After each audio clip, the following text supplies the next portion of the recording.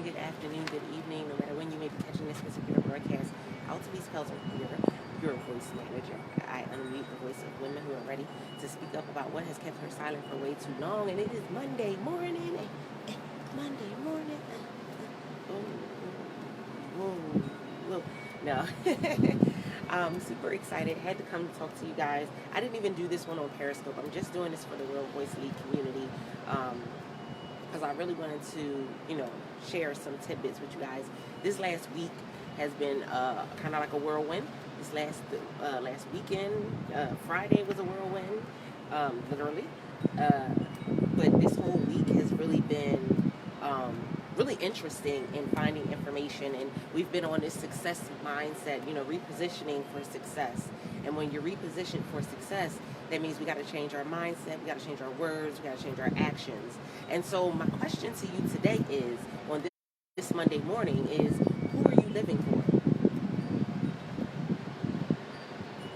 Now, I know some of you will be ultra correct and say that you're living for God.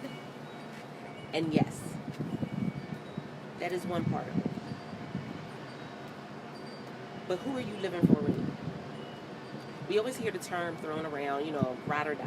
Ride or die. Your ride or die is to signify respect and honor. Because, when it's your ride or die, it's somebody who supports you. It's somebody who gravitates towards you, and they got your back, right? And the thing about it is that I get it with having a ride or die, but who's going to live for you? Like, literally, who's going to live to their fullest for you? And who are you living your fullest for? And honestly, some of you can't answer that question. And it's okay. It's all right if you can't answer it right now, because by the end of this video, you're going to be able to answer it. And some of you may have answered the question and not really like the answer that you got.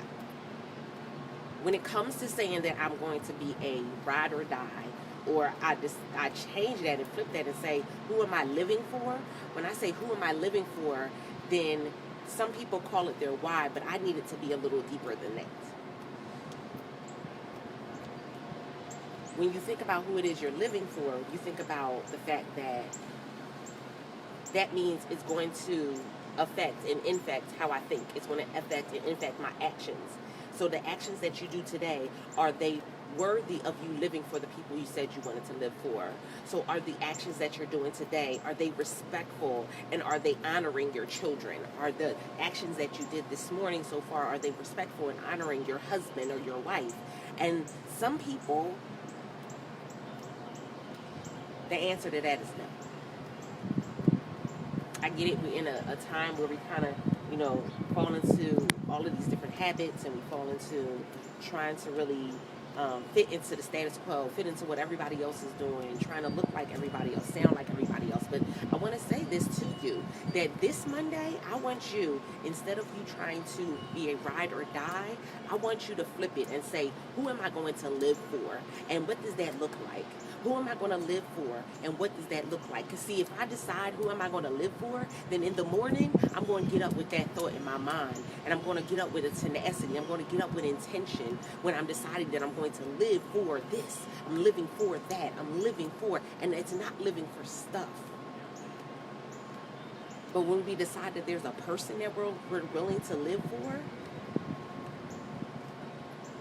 that goes a whole lot further, because that person most times are going to be someone who lives past us. See, y'all better catch this real quick. When I decide that I'm going to live for somebody, most times that means that that person is going to live beyond me. That's the legacy that I'm leaving. See, when I say I'm a ride or die, then I'm not really leaving a legacy, except for what I did in that moment. But when I decide that I'm going to live for somebody, then I'm going to go and I'm going to make decisions that are going to be epic, that are going to build a legacy, that are going to shine bright for years to come, because I chose to live.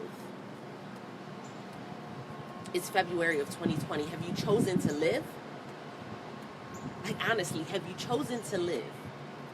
I mean, every day. Not just live, meaning you have breath in your body, but have you chosen to live? Meaning, have you chosen to experience the things that you said you wanted to experience? Have you chosen to actually have the conversations you wanted? Have you chosen where you wanted to actually show up? Have you chosen those things, or are you still allowing them to be chosen for you? When you make a decision that you're going to live for someone, that you're going to live, even if it's for yourself, then you won't allow people to tell you and dictate where it is you go. You won't allow people to dictate what it is that you do. You won't allow people to dictate who it is that you speak to. You won't allow people to put a cap on what it is that you can do within your life. Because when you determine that you're going to live and not die, that you're going to live for self, you're going to live for your children, you're going to live for your spouse. Have you ever heard about the stories of people surviving in a catastrophe for days? And what did they say? I was thinking about my spouse. I was thinking about my children. I was thinking about my parents. I was decided that I wanted to live. I had such a power in my mind that in the moment, no matter what the pain was, I decided to live. I ask you this question this morning, or whenever you may be watching this video, because you may watch this in 2021, you may watch it in 2025. Decide that you will live for someone. Decide that you will live for someone, even if that someone is you. Because now when you get up in the morning, I'm not just getting up and getting out of bed for myself. I'm getting out of my bed because of that person I said I was going to live for. I'm getting out of my bed for my great-grandchildren that will one day understand that their great-grandmother did some amazing things in helping women to find their voice.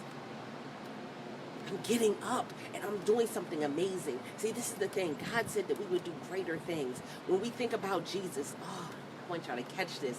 When we think about Jesus, Jesus lived and died for us.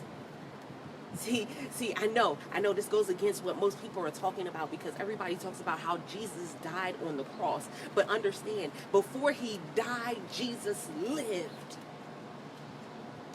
Before he died, he lived. He lived such a life that we could emulate him. That is what we are supposed to be doing. He lived such a life that he changed lives. He healed people. He sowed into people. He encouraged people. He motivated them. He lived. And then he died. See, we miss that part when we just only talk about how Jesus died for us. I hope y'all catching this. We miss that part when we talk about how only Jesus died for us. He did more than just die for us. He lived. Are you willing to live? Are you willing to make the choices and decisions that may not be popular in order for you to live for someone else? Are you willing to make choices and decisions that may take you outside of your comfort zone in order for you to live for someone else? Decide you're going to live. Because when you die, you will leave a legacy.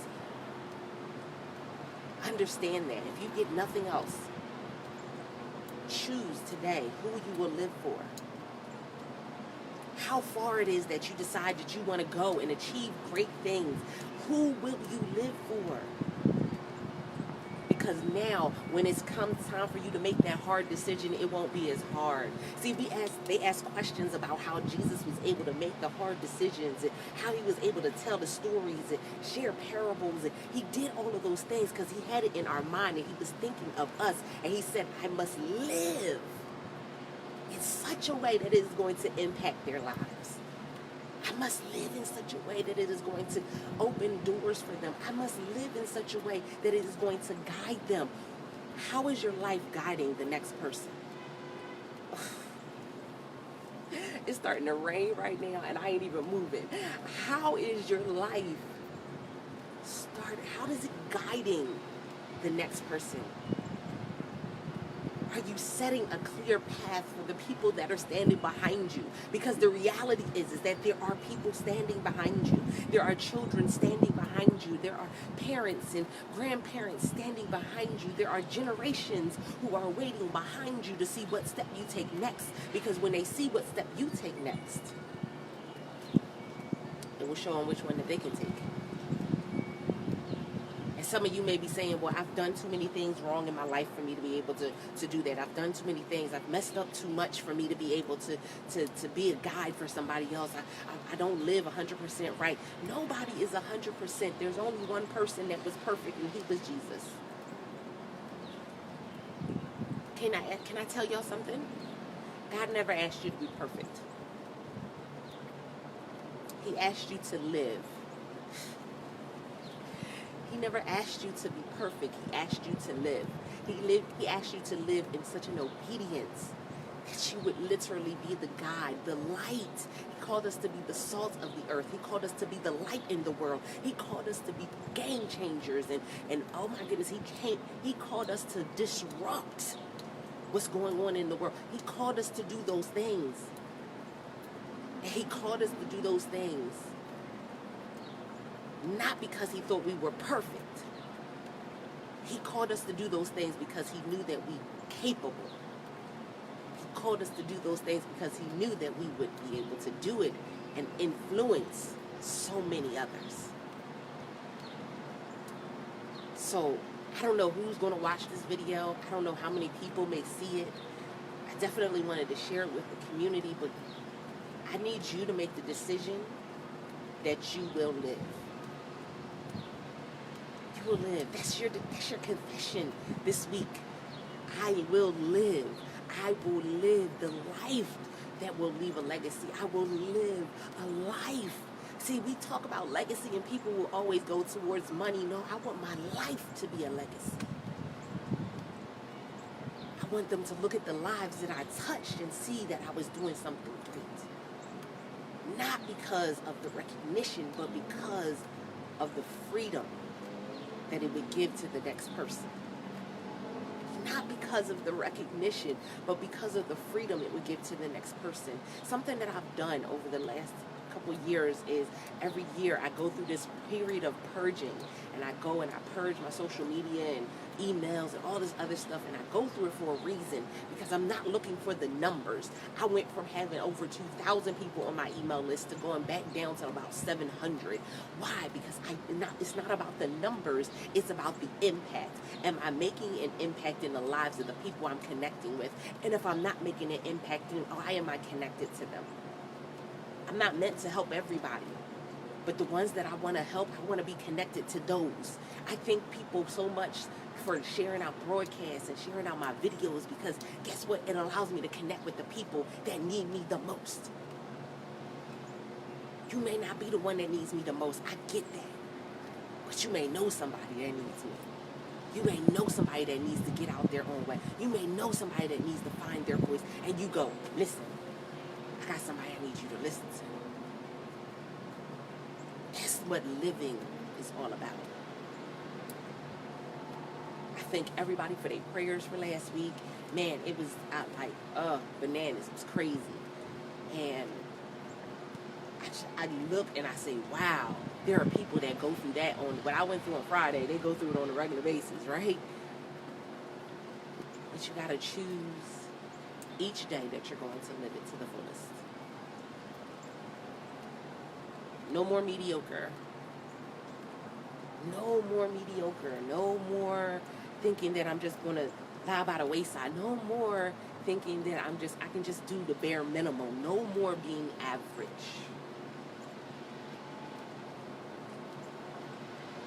It's crowded in average. It's crowded in average. So, I need you to make a decision. Decide that today will be the day that you live. Decide that today will be the day that you live, not just for yourself, but for the people that are coming after you. They need you. You need you. And nobody can show up the way that you can show up. So I appreciate you guys. I am Altvise Pelzer, your voice manager. And this is all about having your voice heard. But not just having it heard for you, but having it heard so that your grandchildren don't live the life you lived. They can live an even better one. With that being said, I appreciate you guys. And until next time, don't forget to press it out. Check us out.